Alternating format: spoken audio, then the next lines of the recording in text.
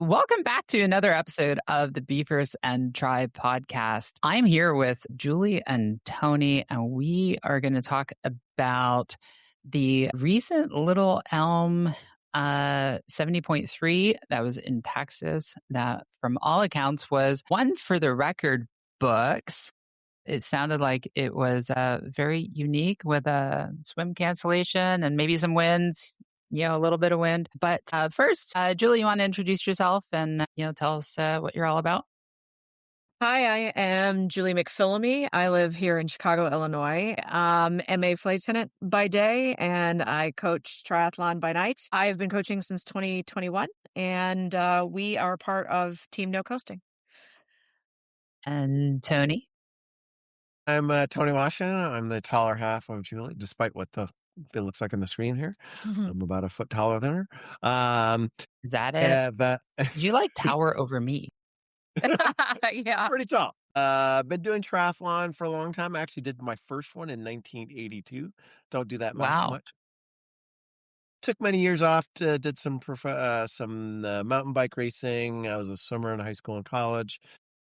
I moved here to Chicago many years ago and started running again, and thought I'd start doing triathlon again. Did my first full in 2014. Started that new passion again, and then started coaching about 6 years ago. It's been really super fantastic. Coach Sheila and I and our third coach Nolan have part of Team No Coasting, and we have folks all over the planet we love to help out. Just super passionate about the sport, and love to talk about it.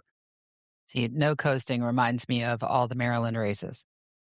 Exactly. So that was stolen from a coach up in Madison and talked about how to use your power in the hills and to be smart about it, and mostly no coasting. But one, Julie, that is precisely why I did not introduce you with your last names, because I don't know that I can pronounce your last name. The one and or I only. get it wrong. All right. Washington is much easier.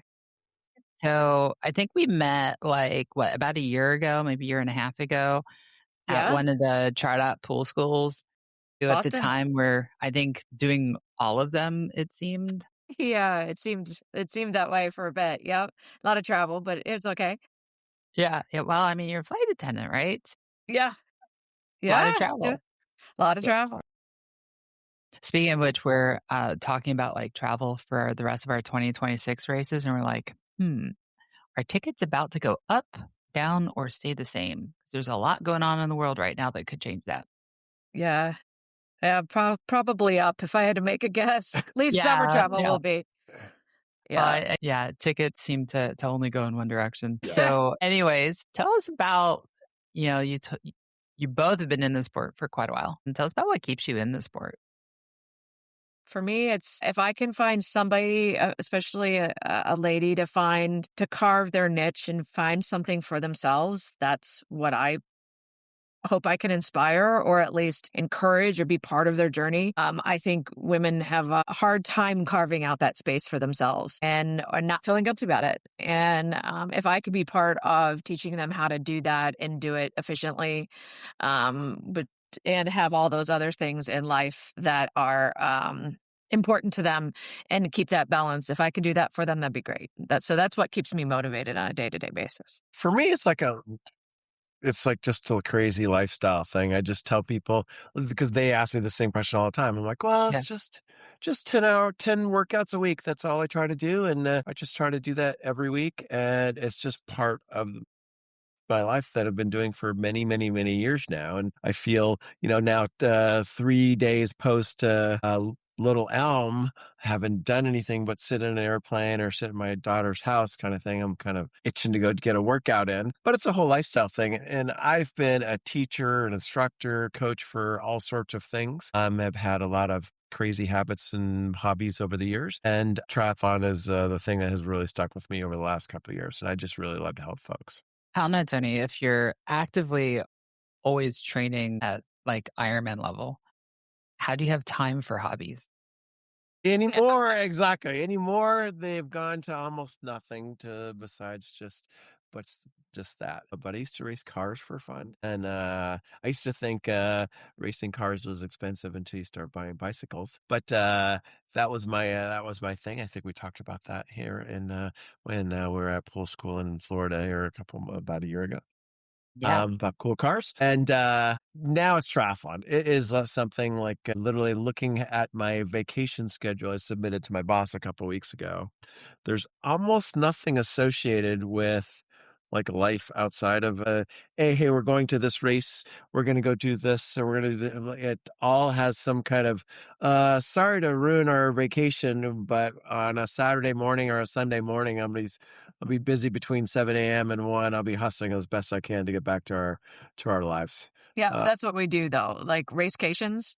Yeah, if we're not just gonna go in and get out. We go and do, make it a vacation. So gotta have a little fun on the Is side. there really any other way to do it? No, I personally no. I don't think so. Exactly. Man, unless it's local. It Right. always amazes me as a coach and an athlete, the number of people who do show up like an hour before registration closes, right?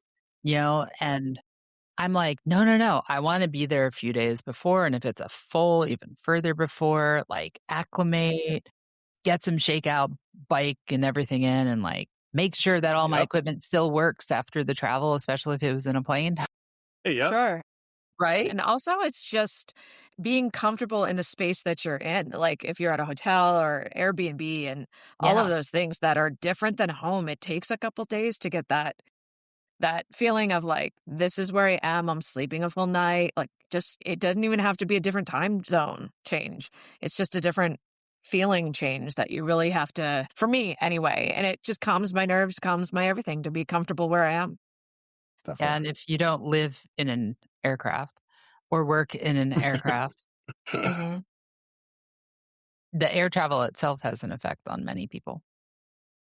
It does. It's pretty unique. She's a flight attendant. I'm a pilot, so we're just kind of used to that, and we get bomb around the world all the time, and we're kind of used to it. And then we've incorporated it into our training in life. Of hey, we land in blank city, and I know on Strava all of the best 5-mile routes from our hotel kind of thing, and we'll do that. And I do that everywhere I travel. So it's been really really cool for sure. That's fantastic. And when I travel, as one of the, I'm going down to Charlotte tomorrow. One of the first things that I did is I looked in Strava and I like from where I'm staying, where can I get a 2-hour bike ride in?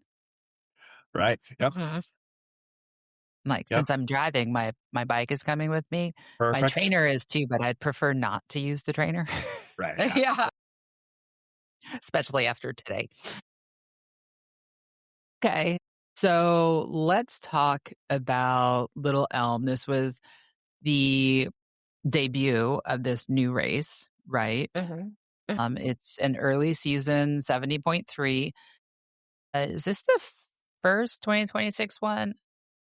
No, or is it Ocean? No, Nope, this Oceanside. is the Oceanside's in this coming weekend, I believe. Yeah, yeah. So this I think this was the first 2026 70.3 in the US. What made you sign up for this one in particular? For me, it's really easy. My daughter lives on the bike course.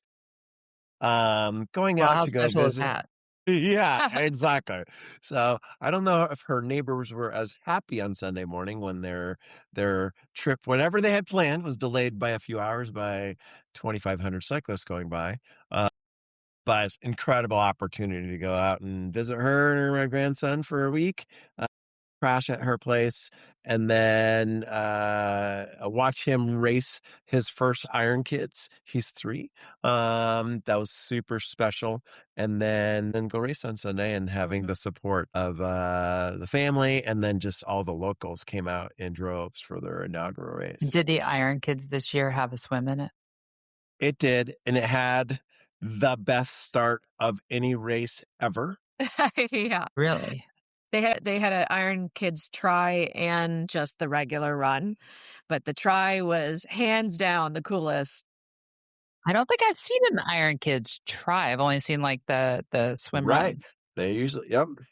Yep, they had it was called the Cove, and it was kind of an indoor pool, slides, the whole 9 for kids for fun, and so they got to enter either via slide or they could jump in if they were little guys who were a little scared to do the bit because the slide was pretty big.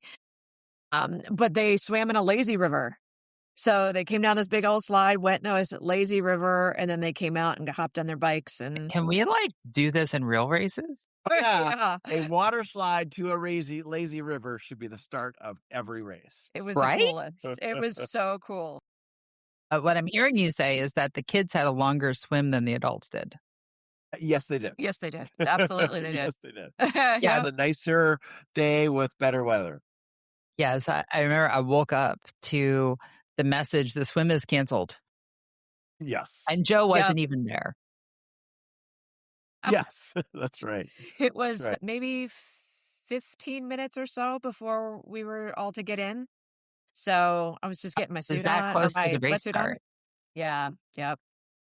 So they were trying to figure out what to do with us. Like if we do it, because they had such a big pro contingent, what to do with them, because they can't do a time trial start for them. It's not really conducive for them to do that. So they did a 350-meter swim, this little ditty around in a very protected area. But I think once a lot of the boats and whatnot got out to the farther end of the course, they couldn't stay in place. Like the paddle boards and kayaks and everything were having a hard time navigating that far end. And they were like, it's not going to be, because there was 70% newcomers to this race, first timers. So it just wasn't probably a safe thing. And then by the time we got on the run and looked out at the water, we were all convinced that was the best decision ever made because it was brutal.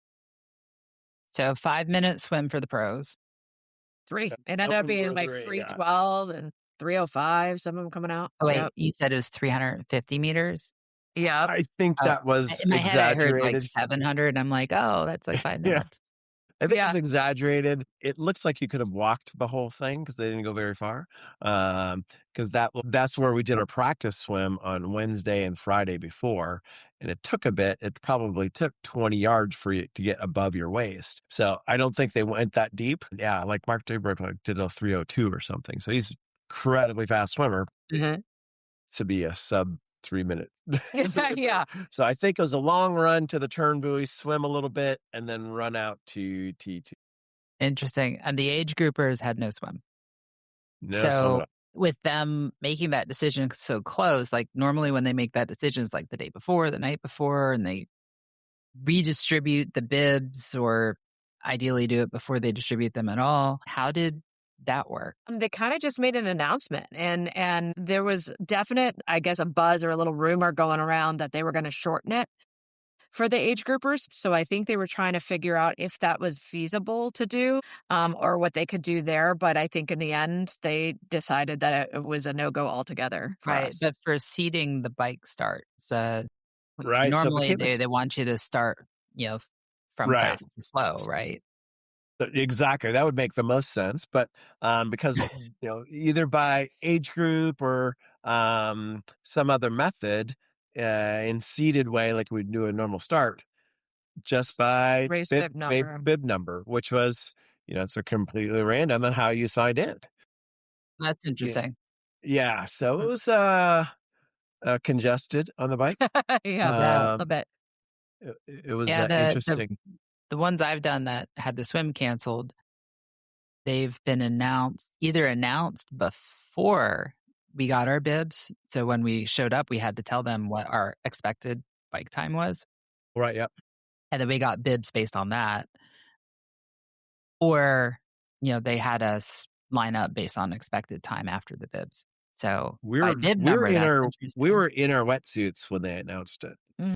So okay, I guess we have 45 minutes to do nothing, and then we take off our wetsuits, went to the bathroom, and kind of figure out how it was. So we all lined up, and it was I think it was 2 people every 5 seconds left, from the mountain line, and have at it. And but come on, I mean, when it's the time trial start, I mean, those are kind of fun too. Yeah. Oh, it was fun. Especially the first 100 meters, right? It was fun. It was fun. I went fast. It was good. It was good. Yeah, and especially with the tailwind for the first, So I heard this rumor. I've been reading a lot the last couple of days on Facebook and Instagram and even a few posts on LinkedIn and some of the articles in like Triathlete. I heard this rumor that there might have been a little bit of wind on the course.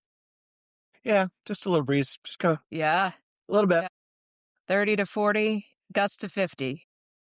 No, Yeah, then like a 50-mile-per-hour headwind to show you what's up. I think it was one of the pros was quoted as saying that the wind pushed her up the hill and splashed the water in her face at the same time. And then proceeded to try to push her off of her bike. Exactly. So it was windy. When it had been windy already, but the weather service wind advisory didn't start until right at the race start. I'm like, it's been windy, really windy, blowing everything around, including like tearing down the expo early. It was close on Sunday. Wow. So, and thankfully they had a pretty good, food tent for after, and there was a sturdy building, but everything else they were tearing down already. And the forecast was like 27 gusting to 50 miles an hour. And then halfway through the ride, it was going to turn around. So it was over an hour or so. It went from a very strong, say 30 mile an hour tailwind to a very strong headwind. If you could time it perfectly, you could have had a tailwind the whole way. But the wind didn't turn late enough. You would have had to have started at about 10 o'clock for that to happen. Or if we had to swim properly and you were at the back half to swim, then yeah, that might have worked out. Soccer. But it didn't turn enough around fast enough for us. So the 30 miles an hour tailwind on the way up, and then a strong crosswind in the little farm roads of North Texas, and then a very strong headwind coming home. The 30 plus miles an hour for the first hour for some strong folks, and then for me like 14 miles an hour. 250 watts, 300 watts was giving me 14 miles an hour into the wind on a flat road. That was no fun. And for reference, I assume that would, for you, normally be a bit north of 14 miles an hour. Yeah. Usually that 250 would normally give me like 25-ish or so almost miles an hour.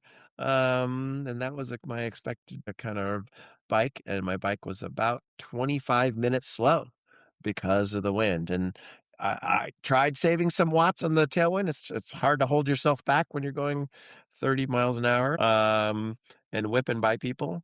Yeah, there were sections that were going faster than cars. Like you just put your head down, just kind of give it a little bit of a go on certain sections, and you were definitely going faster than the cars. It was just incredible. It was amazing. You felt great. And I was like, woohoo! But knowing what was coming. I think we've all been on courses where we're like, wow, I'm so fast. Yeah. And then it turns out, nope, there's a tailwind. And you're going to have to turn around and bike back into it. Yeah. Texas, I'm looking at you. Yes. I think that the crosswinds for me were the scariest because the headwind was it is what it is. It's like climbing a mountain. But the crosswinds, because there were sections kind of like where you were moving that way to kind of get to that turnaround point. And it was just, you would feel your whole bike move like it felt like a foot. Like it would be like you were fighting it to bring it back. And there's people everywhere because of how the start was. So it was it was crazy, but everybody was pretty tolerable of each other and just trying to, survive it and talk you through it and be like, hey, it's all right, or just anything to kind of keep everybody's spirit. But I felt very sad for the first timers that were scared to death. Those poor things were like, it was white knuckling it pretty good out there. So what a way to introduce them to the sport, huh? They probably all registered for another 70.3 before they left because they're like, I didn't get my 70.3. I only got my 69.2. Whatever. Yeah. Yep. Yeah. And then the first half of the bike didn't really count because it was all tailwind. But I think that was your butt on the bike seat and was it moving? Because if yes, it counts. Oh, sure. Sure. Yeah.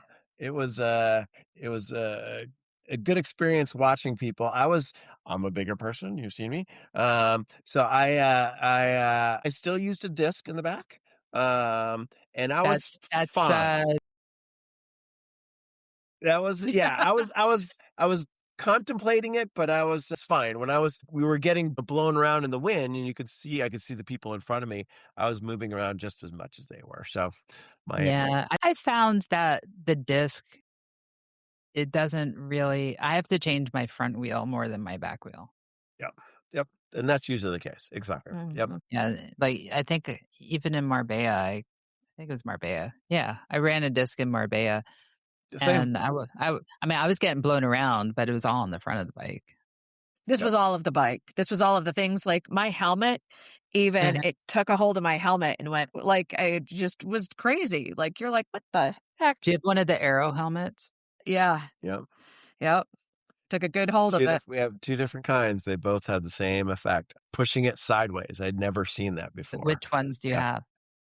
Giro Arrowhead, and then I have the Rudy Project Wing Dream. So they I both have a got love-hate relationship with the Wing Dream. Yeah. Well, it definitely is Aero, right? And Oh it's yeah, fast. it's fast. Yep. But, like, down the Keene descent at Lake Placid last year, Yeah. it was acting I hit, like, 61 miles an hour, and it was acting like a sail. It was, like, lifting me off the bike by my head. Same. That same thing coming down the hills in Spain.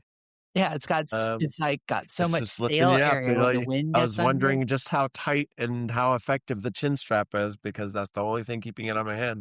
Right, right. And if it flies off, that's the end of your race. All right. But aside from the wind, what did you think of the bike course? I loved it. Yeah. I liked it. Very nice, rolly. There's 3 no passing zones that were small of how we were crossing, like from a shoulder onto a shoulder or something. They had some like rumble strips and stuff. So they had some couple of short no passing zones, but they were all in the tailwind section. So, Yeah. you'd coast up to somebody and you look down like, oh, I'm coasting, but I'm still going 22 miles an hour. So I'm not that hurt about coasting too much. So it was fine that way. Nice flowing, the cops at all the intersections, they did a really good job. Most of the surface was good, Couple spots in the farm roads were a little bumpy, but I mean, I've been on much, much bumpier courses than that. So I wouldn't even, it didn't make a big difference to me one way or another. I also think that the flow of it was really good. They had one little out and back that I think had to be added in because of some road construction that was kind of tight, but in any other thing, because of the time trial start, everything was a little tight.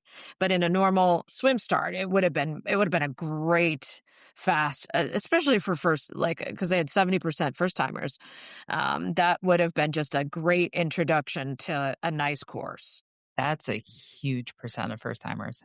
Huge. It is. It was, Yeah. yeah, it was huge. Yeah. We talked to a lot of them. So I have a question. So combining lots of first timers with a little bit of a chaotic, congested, somewhat random start procedure, how did that materialize on the course? Pretty good. It was, like I said, from the gun, I took off like there's no tomorrow because I figured there was going to be some apprehension in the tailwind and kind of getting their bearings.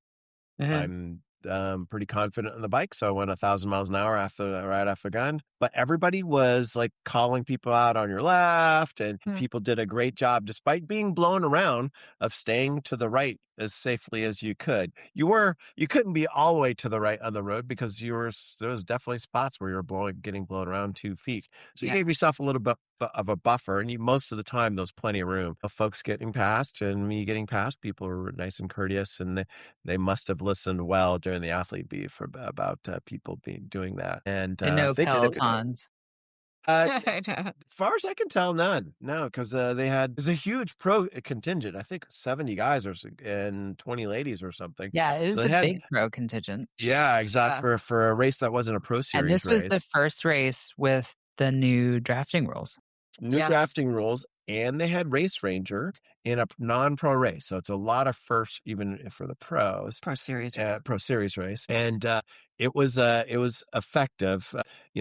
technically, I think the swim for the pros was time trial also, because I don't Mhm. think it was a gun start. So it kind of strung them out a little bit. So I'm not exactly sure because it wasn't televised exactly how it Mhm. played out. But for us normal age groupers, I think it spread everybody out okay. The swim naturally does that, but because of the confidence in riding in the wind, those big speed differences early, and it Mm. kind of spread everybody out. So I think the big packs weren't an issue. Mhm. So Yeah, yeah. I worked real hard in the beginning to kinda get with kind of people I was comfortable with, Mhm. and, so I essentially spent the first at least 5 miles probably in the left lane going doing that mainly, slotting in and out pretty good, so you were still working on that front section despite all that, just to kinda get yourself, and then I hit a very solid bump at mile 12 and rocketed all my nutrition, Oh, all of the Vigel. I mean, it was like I shot a cannon, that thing flew at it because of the wind, it went like, like, out of there, um, you know, the inner debate really quickly of, "Do I stop?" And then so I did because I was like, "I don't have anything else on that was it." And, so in the field I go, pulling up all the bottles like, "This one mine, this one mine, this one I mine." think Luckily, everyone I who's was I think everyone who's done this sport for a while has faced that specific decision before. Yes, yes, and it was amusing because it was, like, a little bit down this hill, and it's, like, this big prairie grass, and here I am in it, and all these people are, like, staring at me like, "What is that girl doing?" But The only thing it found was it. missing was a TV camera. Exactly. Yeah, Exactly. exactly, but I found it, and, but then I had to work real hard to try to get back up to those people again, and, Yeah. yeah, so all my good gains, I was like, "Bring it, darn it," but what are you gonna do? The answer to that question almost always is stop and get it. Yeah, It's your own stuff, even if like, well, you're relatively close to the finish. It's almost always get your own stop and stuff. yeah, Um, I chose 10 I go the seconds. other way. I I carry my own stuff, but I also train with what's on course. yeah. Had it been a water bottle of, like, the liquid, this was my Flow Gel bottle, so it literally had No, all of that 300 grams of of carbs, carbs. the only carbs on the bike. I love Um, the So Flow Gel stuff, by the way. I do too, I think it's and fantastic. I yeah. specifically chose to go that route because of the wind, because I was, like, trying to open up a darn packet was not Yeah, on my yeah, list of for fun. and not litter doing it. Yep. Correct, and so, it was easier to take that out, squeeze it quickly, put it back, because there was plenty of times where you were scared to take your hand off the bike, and I don't know how many people I saw would just find, like, a driveway or a pull-off to stop, put their foot down, take their nutrition, get back on course because of it. Yeah. That's how bad it was. It was really difficult. So, like, I heard a few reports of people who are like, "Yeah, the whole second half, I didn't take any nutrition or Yep. pretty hydration, much, Yep. and my run sucked." I'm like, "Well, yeah, that's how it works." yeah. Yeah, because the second half wasn't the second half in distance, not second half in time. An hour out and 2 hours back. That's about how Oof. everybody's timing did for 3 hour rides. Yeah, I'm thinking, like, I'm doing Happy Valley as my, I think maybe only 70.3 this year. And I've done that one in the past. And it's like this, it's longer than a normal, flat 70.3 because it has like 4,000 feet of elevation on it. But this, I was looking at the course map and it's only like 12 or 1,400 feet. And like on paper, should be a like super fast course. Yep. Mhm, Yep. I mean, mhm, there's a lot of turns, but aside from that, It will be, and the turns are all flowy. mhm. You can fly through the turns. So without in the wind, it'll be a very fast course. The Pro Series probably will come to it just to try to break some kind of records because it is a very fast run course. A little bit of dirt, but the bike course will be extremely fast. All of the pro men will be under 2 hours. Yeah, Uh, and I think that back to your point of saying people having a run that they weren't able to take their nutrition, I think it was very deceiving on how warm it was on that second half with the headwind because mm, it was like probably like 83, 84 degrees. and there's not a lick of shade out there. You know, I mean, Texas. I was pretty sunburned. Yeah, it's Texas. I was pretty sunburned when I got back. You know, for those that, you know, are like, I'm not that hot, but yeah, you are, and you're not taking it in. We saw a lot of cramping, a lot of cramping. One of the big things that, and it actually happened to me, and was I felt dizzy when I got off the bike, and two gentlemen that dismounted right before me got off their bike and they went like down because of I think it was like a vertigo kind of thing, because you were getting blown so much. It took me like the first lap of the run to feel right. Like that I was like, it almost felt like you weren't like you were seasick. That's yeah, it was And you bizarre. don't think I've that's never like had that before. and you don't think that's from under fueling, Nope. hydrating? Nope. Because I did pretty good at She that. did really good.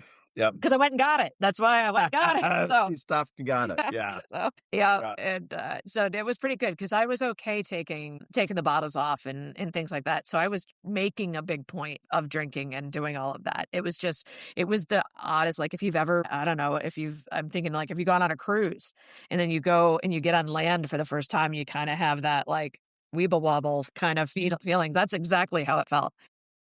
It's bizarre. It was bizarre. And It was that's like why I don't that's yeah. Wait, and you're just like, how is this? This is so strange. This is the oddest feeling in a race yeah, I before. would not have thought that.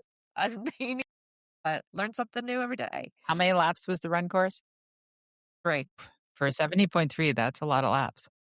It was awesome. I loved it. I actually really liked it. I was a little afraid it was going to be very, very packed. And lap 2 Yeah. and lap 3 were Busy. busy-ish. But the aid stations did a good job. Their biggest problems is keeping cups. Cups were just flying everywhere. So it was a really cool out and back through a parking lot and then up along this neighborhood. And then you came back and then you ran about a mile and a bit or so on a dirt path that was, well, if there was leaves, it would be shaded. It did do a okay job of keeping the wind off of you, but the water was splashing everywhere because of the lake was in close proximity, and the winds and waves were so huge, everything was splashing onto the road and So at that point, was that water being splashed on you a welcome relief or still welcome? It was still kind of that deep into the race, for me, I only had like one lap to go. I was kind of like, I just want to be done. And here I am with this dirty lake water throwing all over this me. bridge, like you go over this bridge and it was like going crashing over this bridge and like you're running underneath. So it's coming over. It was going on like, cause it's two-way there's very little parts that are two-way on the lap course, which was kind of nice.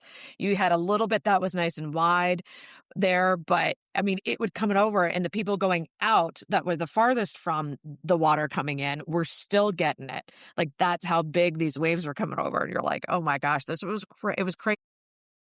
It was, but it made for a good story. I don't know. I mean, that's why we're here, right? Yeah, that's exactly why we're here. Yeah.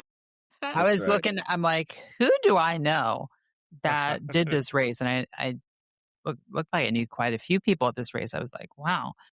Yeah.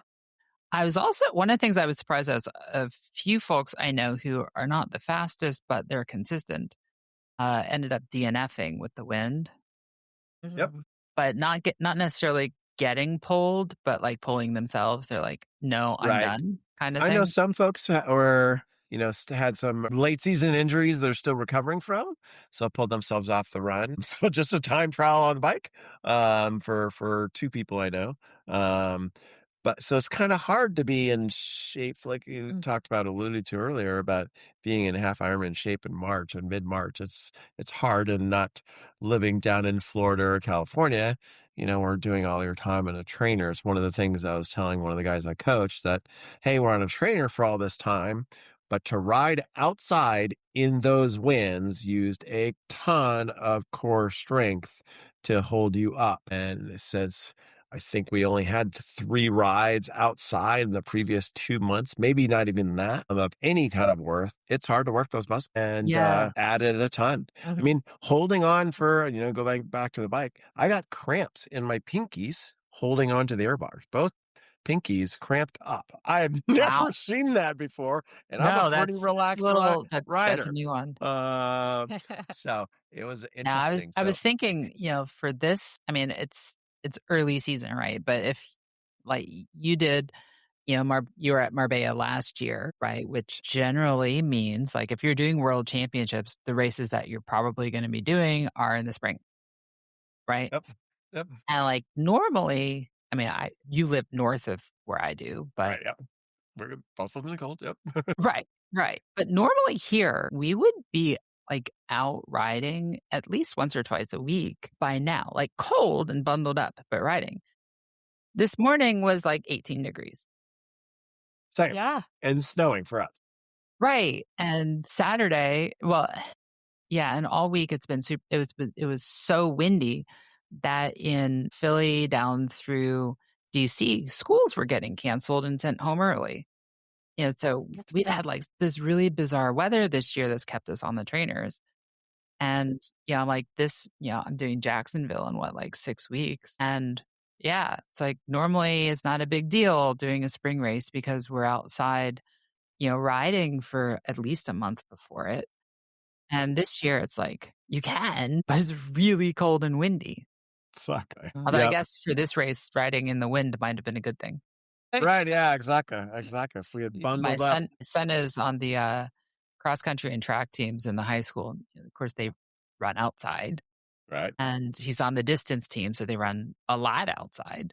And he came home the other day, and he's like, "Punxsutawney is fired." That's funny. Absolutely. I'm not a wind lover by any stretch of the imagination when I ride ever. Not at all.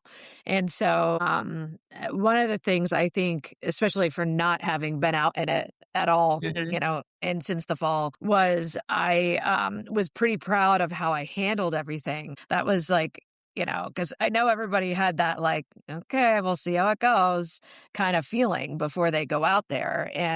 But there was so much other things to manage, like all the other people and there was just a lot going on. And so it was a great distraction from the, oh my gosh, I hate this. I hate this. I hate this. I hate this. Like here comes a gust kind of reaction you normally have when you're Yeah. out there down in your bars. And so I think it was such a great learning experience and confidence booster that, hey, you can get through this and it is going to be all right. And, just kind of those telling yourself those things over and over and over again. So, next time I have a fun experience like that, I got to keep putting that reminder back there that, hey, you can go do it. It's not so bad.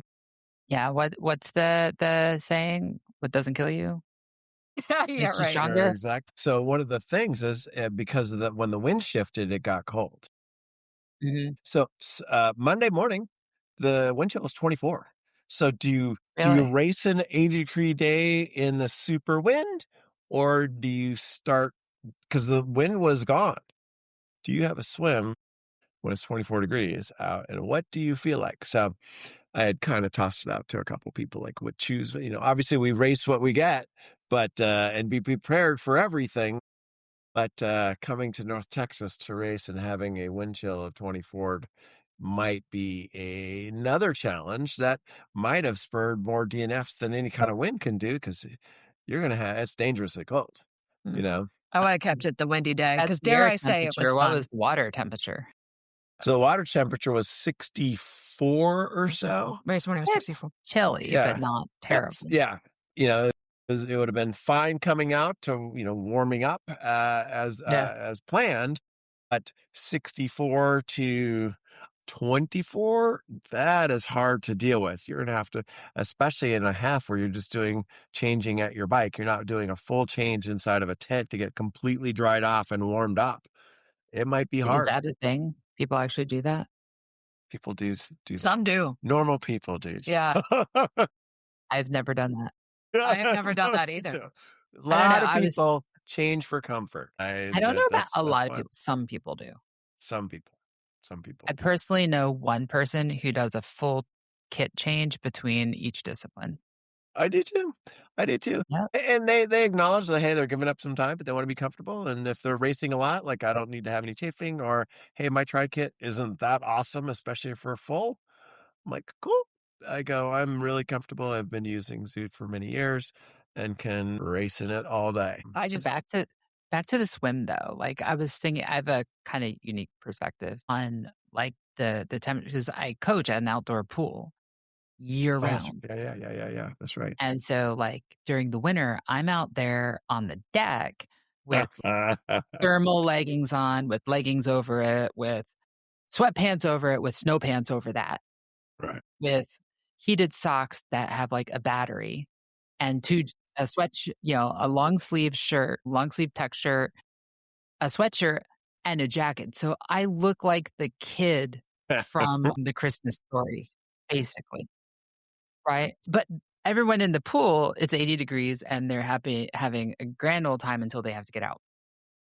Yep. Yep. I was thinking, I'm like, well, the swim itself wouldn't be bad. It's the getting out part that's the It is the problem. getting out. Yeah. Exactly. The St. George Full a couple of years ago for World Championships when I was there. Same way, it was very, very cold. And that St. George water is super cold.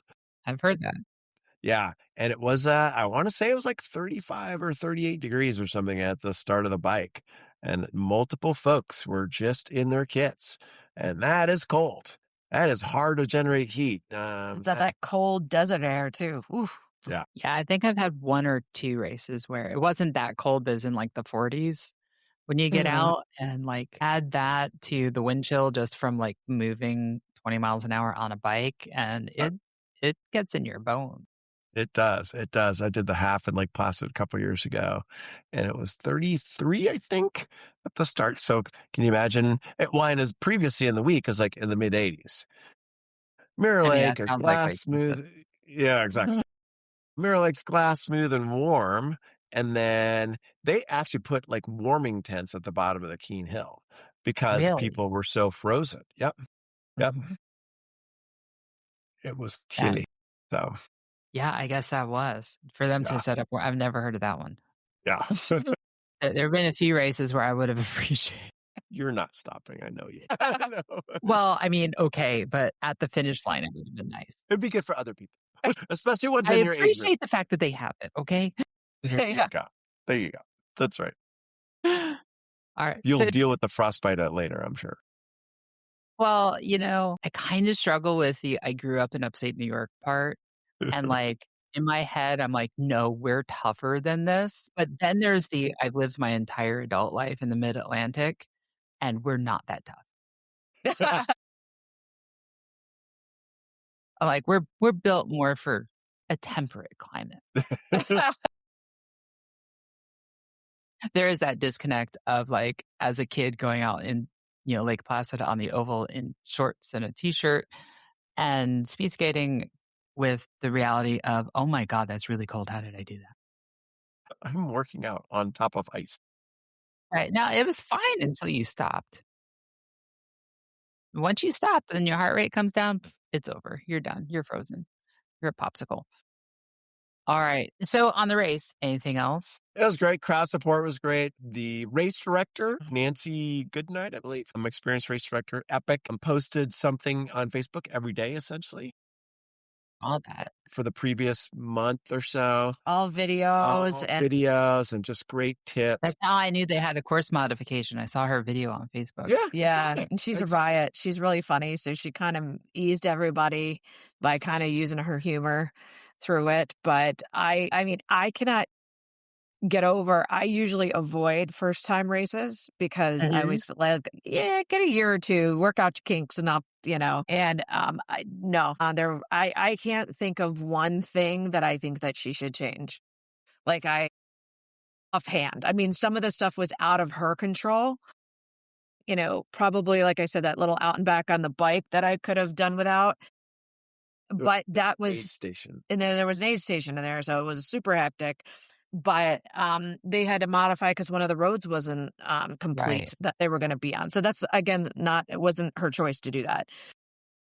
But anything that was made choices by her overall, they were fantastic. It was one of the better races that I think has been organized, especially from a first timer location. I think it was great. And they really did a great job trying to get the town involved and getting the businesses involved and things like that, which I really like about a race and how they do that. They had some practice swims. They had a practice bike. They had like a 5K, like a month out. The community had it like on their community page about what was going on. Oh, Did you that's see great. what she did for the ladies? Oh, Like, yeah. Women for Try. Did you hear about that? Didn't I So saw there was a women's for try thing, but I didn't see what they did. there was, and one of the best things ever was, there was a couple designated, like, women-only porta potties. So That's phenomenal. it was rock star. Like, it was so no offense, but it was much cleaner, and, So so no that shit was on the walls. That's right. w Yep.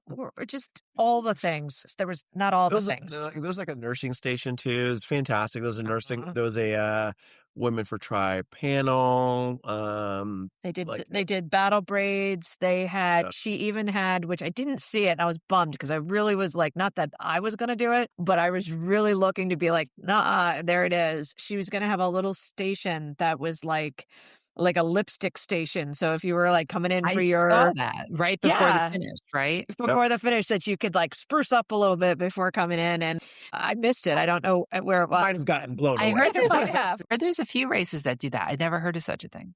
Yeah, That's a fantastic idea. but it was just great. You know, it was kind of like in her good humor, in like good Dallas humor to have your lips on, as you're coming in. And but I just thought it was great throwing that out there and really again trying to get the ladies to have some things that's for them. And I thought it was very cool. I think Yeah, it's a friend of mine who raced there appreciated that they were doing that. She her like signature thing, she's from that area. Her signature thing is she's got like the bright red lipstick and she reapplies like 6 times on a full. that's cool. Yeah. That's cool. I did That my stands out. original training in Dallas for flight attendant, and always had to have your lips and tips done. That was the big Dallas thing. So it amused me to say the least that they had that. That's fun. It I was hope fun. the race return. I assume the race is returning with a long term contract. I'll be back next year for sure. Coming back for hopefully not wind and hopefully not 30 degrees. But it was that cool of an experience. It was fun.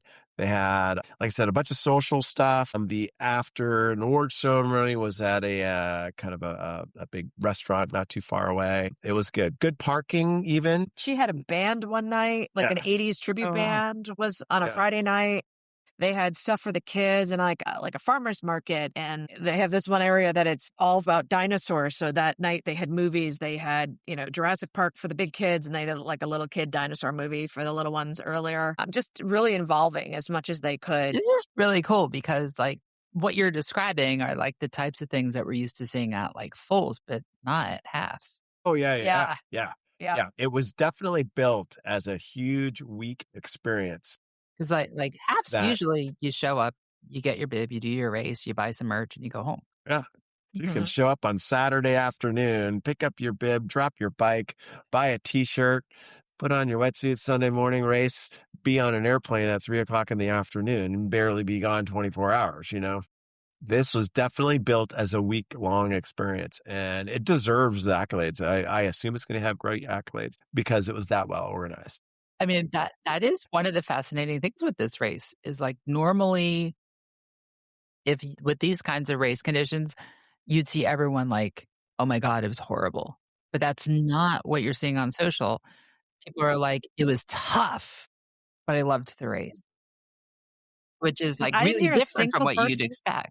Yeah, I didn't So, hear a single person complain. Like, that's the funny part. It's so like, you kind of just laugh. You had to kind of laugh it off, but like everybody stayed in a very good mood and space, and it was great. Like, I was kind of like, oh gosh, this is so early to race. This is so early, but I'm so glad that I got to experience it. Awesome. So, moving on, what's your next race? Oof. Not a trick question. Hey, no, no. Here's the thing. we have a lot of events We have a going lot of on events this in our year. life, but that it's not. USAT Nationals doing the double there, is there, but you're having a good time. When I was telling Tony yesterday, when in the race, when you're getting blown to bits and all the things are going wrong, and you're like, huh, I wonder when I can fit another one in. Da, da, da, da, da. And I'm already thinking of like where, while racing, where can I stick another one? And this is kind of going to be like a little down year for me, but I don't know. That's a You statement. you guys should come out and do Happy Valley in June. Oof. So we're I was like, oof. so we're also heading to Roth again this year to go Challenge coach round. out there Yeah. for Challenge Roth, for the best race in the world, and going to be invited for a third year in a row to go out there and coach, and help support the folks racing there.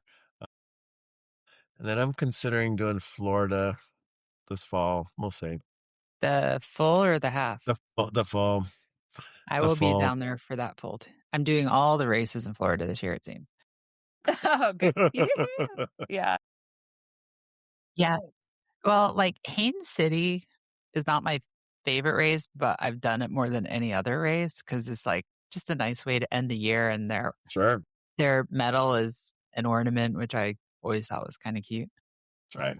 But the bike course there is fine. It's generally fast once you get past like the first couple miles. But that swim, it's so Yeah. chaotic. It's like that it's the M shape, but it's in such a Right. it's only 1.1 miles. It's such a short, Right. swim that almost every year I'm like, and do I really want to do this one? And then I show up and throw the start line again. Oh, here I am. Yeah. So I think this is like 5 or 6 for me on that race. Oh, okay. Yeah. Yeah. Goodness. Yeah. Yeah. Yeah, I've discovered while I like to cycle and bike and I'm fairly strong, physics is hard. And at a svelte 215 or so, lugging myself up the mountains of Spain or in Madison or in Placid, just it is very home car. I have a lot of watts, but I have a lot of kgs. So it is hard to combat that and hard to make up trying to catch up to folks in my age group. They're a bunch of little skinny little old guys. So it's hard for me to catch them. I I always say, wait total till the downhill. Wait for that downhill, man. I'll get you that. I totally understand where you're coming I from on know, that. Yeah. exactly. You're a big strong You've lady. met me before. I'm You're, not big, but yep, I'm not small. yep. You are, yeah, that's good. Strong. All right. So your next race is Milwaukee, but you're going to seriously consider coming out to do Pennsylvania because Roth It's what is you're not telling. until That's July. what you heard. That's what That you is what I heard. Yeah. I would consider if I can squeeze in a June race, I'd consider it. If not, I'll try to do some local because Rockford is relatively the 70.3 in Rockford, which we did last year in the ungodly heat. So apparently it's my fault everywhere I go. It was windy and hot. And windy and hot there. It was 110 heat index there. So I think maybe you shouldn't invite me to do Happy Valley with you. It's gonna be like 95. And Yeah. last time I did Happy Valley was, oh God, it had to have been in the high 90s at the finish line. It was Oof, crazy. It brutal. was crazy hot. A lot. The skies opened as I was coming into the Beaver Stadium to the finish line. Like it started pouring and they ushered everyone inside. So I finished in an empty stadium. Oh, Like I'm here alone. Yeah. My kids were like standing under shelter and my husband's like trying to get out there and see, and they're like, no, you're not allowed out there while it's raining. It's like it's it's hot. dangerous. Yeah, Let's it's all like these people in Lycra come in. It'll be fine. Yeah. yeah, it's water. You don't melt, right? yeah. Wait, are you a witch? I don't think so. Maybe. They can handle it. They can do it. Right. Yeah. All right. Yeah. We're excited. It'll be good. So you said you're coaching at Roth? Right. So, Race Quest is a company that helps get slots for people who want to race a challenge Ross because the race sells out in 10 seconds. No But they're way. able to get Which is anybody why I'm who, not doing that one. well, they Mm, can get everybody who signs up with Race Quest a slot. yeah. So we've gone out there the last couple of years to help with logistics and to help with coaching and lead some of the swim bikes and runs. It's been very cool. So for a week's worth of you usually fly in on a Tuesday and leave a Tuesday, they from start to finish will organize the entire trip from you for you. You literally just get on an airplane. They pick up your bike. They assemble your bike if you would like somebody to do so. They organize every practice, everything that you have. They have buses to get you all those places. They have entertainment for your plus ones. They have VIP everything for the plus ones race day. It is a very turnkey operation that is just Sounds it's sounds a it's lot like amazing. XP with Iron Man and Nirvana. Yeah, except for like a quarter of the price. Yeah, and Well, there is more like that. It's not cheap. yeah, it is amazing what they've done to make the race experience so well organized. And then they also say, hey, hey, you're over in Europe. Do you want to tack on part of your racecation? And they'll plan wherever you want to go, deal with it. Also figure out the logistics for your bike or logistics for this if you want to send it home. And it's amazing what they can do and what they've done, and they have about 500 or 550 or about that athletes Oh, that that's a go lot. through. That's a lot, yeah, and that come through, and they're under kind of this whole umbrella of, hey, we're gonna plan this whole show for you and just have a good time at Raw. So It's an outstanding experience. We did it on our own, having no clue what these people were at the Right. time. And then we were exposed to them here a couple years ago. It is the no-brainer way to do it, especially since they get you a slot. They have an amazing relationship with the race director, Felix, who's world famous. His family's been doing it since day one, and it's very cool. I Now highly that I know recommend it. this, I might actually be able to race it at some point. Yes, you I can. really highly recommend you put it on You your know, bucket list for I next think year. I think I'm going on like year 3 or 4 or 5 of rejection. So like in 2025 and 2026, New York said no, Chicago said no, London said no, Tokyo said no, Berlin said no. Challenge Roth said no. Yep. Yeah. A lot of Well, no's. Yes, I got no. a couple of those too. Yep. London and Berlin were like, no for Yep. you, girl. So that's the thing, is they can get you a slot, and the logistics of the plus one, twos, and threes is epic. Literally, you're going to the swim start, you're driving on this tiny little farm country road, passing hundreds of cars up on the main road to drop you off at the swim start.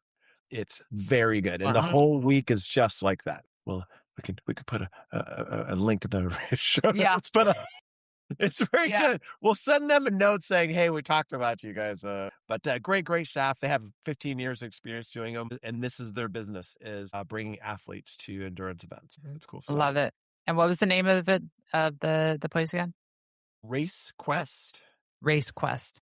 Yeah. And they operate with Tri Travel, which is another, they work in conjunction with that Roth Tri Travel. So Yeah, Challenge Roth Tours. So it's 3 different companies: a UK-based company, an Australian-based company, and then the US is the Race Quest. And so it's very, very, very good experience. And we've had the privilege of being invited to come a couple years in a row, and got the invite early this year. So it's been fantastic.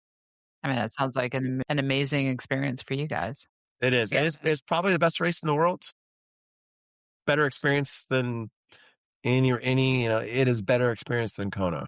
Better experience than different. Yeah. It is. It is wild. Kona is like kind of like this unique thing. Oh yeah, that's for sure. Yep. But it takes a lot of effort, that one. This you finish in a stadium with like a Euro dance party and fireworks. So it's pretty cool for that. That sounds fantastic. It is yeah. It's a good race. It is a very good race. Now you're making me want to be like, let's just do that and give up on the rest of the July races. It is a good race. Yeah, because it's July 4th this year. So you could do that and Lake Placid. No problem. Perfect. We'll be in Yes, you could. Yes, you could. Well, I mean, you see, they're far enough apart that you can recover, and they're close enough that you don't need a taper. That's right. See, hear me out. That sounds dangerous. Hear me out. I've done that before. I think I'm still have some PTSD from it. I'm fairly certain I wouldn't want to do Lake Placid second, but that's all I'm saying about the matter. I don't know if that'd be the second race in my choice. It's not that. It's not that good as far as it being your second Ironman in a row. Like, that's a toughie to be put in number 2. Just Yeah. train for That it. it's just the run alone. Like, I think about that run in Lake Placid, and you're like, "Oh, it hurts me to think about." Honestly, the run is the hardest part of Lake Placid. It's not I know everybody's people. afraid of the hills on the Yep, bike. It's on the not the bike. bike. I mean, the bike is tough, but It is it's the run. not it's the run. And that run has 2 I mean, obviously it's 2 loops, but it has 2 spots where, like, you're staring at a wall that you have to run up, Okay. What is going on with this thing? right? It The is the the difficult. one by the ski slopes and then the other one coming in town, like, you're co and, I've been in Lake Placid thousands of times. Yeah, I've driven up that hill so many times, and in the car, in a stick, I'm always like, "Please don't roll back and hit the car behind me." yeah. And, on the run, you're like, "Oh my god, I have to run up that Gonna thing." run up that here in a sec. It's Painful. like 20%. It is, exactly, because you kinda come around the hill and like, "Oh, that's right." Yeah, yeah. I'm like, "Nope, I am going to walk," Yeah. Yes, it saves a lot of which is walking why I'm later. not on the podium there. Not yet, next Not year. yet. Although it is where I qualified for Nice. So there There is you that. go. Perfect. All right. Well, it's been fantastic talking to you both. Thank you so much for coming on to Thanks for share the invite. your This has been awesome. experience here. Yeah. And we're gonna have to talk again after Challenge Roth happens. Sounds like Tony's also growing a beard too. Yes, exactly. Yeah, yeah. I saw that. We're really good at peer I'm pressure. thinking, So, yeah, exactly. Yeah, yeah. Peer We've tried pressure. There was we no peer pressure. pressure. There was no pressure. It was That's a right. directive. That's right. It's That's right. different. That's right. All right. Well, Julie and Tony, thank you very much. And I hope we see you again, both obviously in person and on the show. And for all of our listeners, I hope you found this useful. And please like and subscribe on whatever platform you're streaming it on. And remember, be fierce and be you. And we'll see you next time.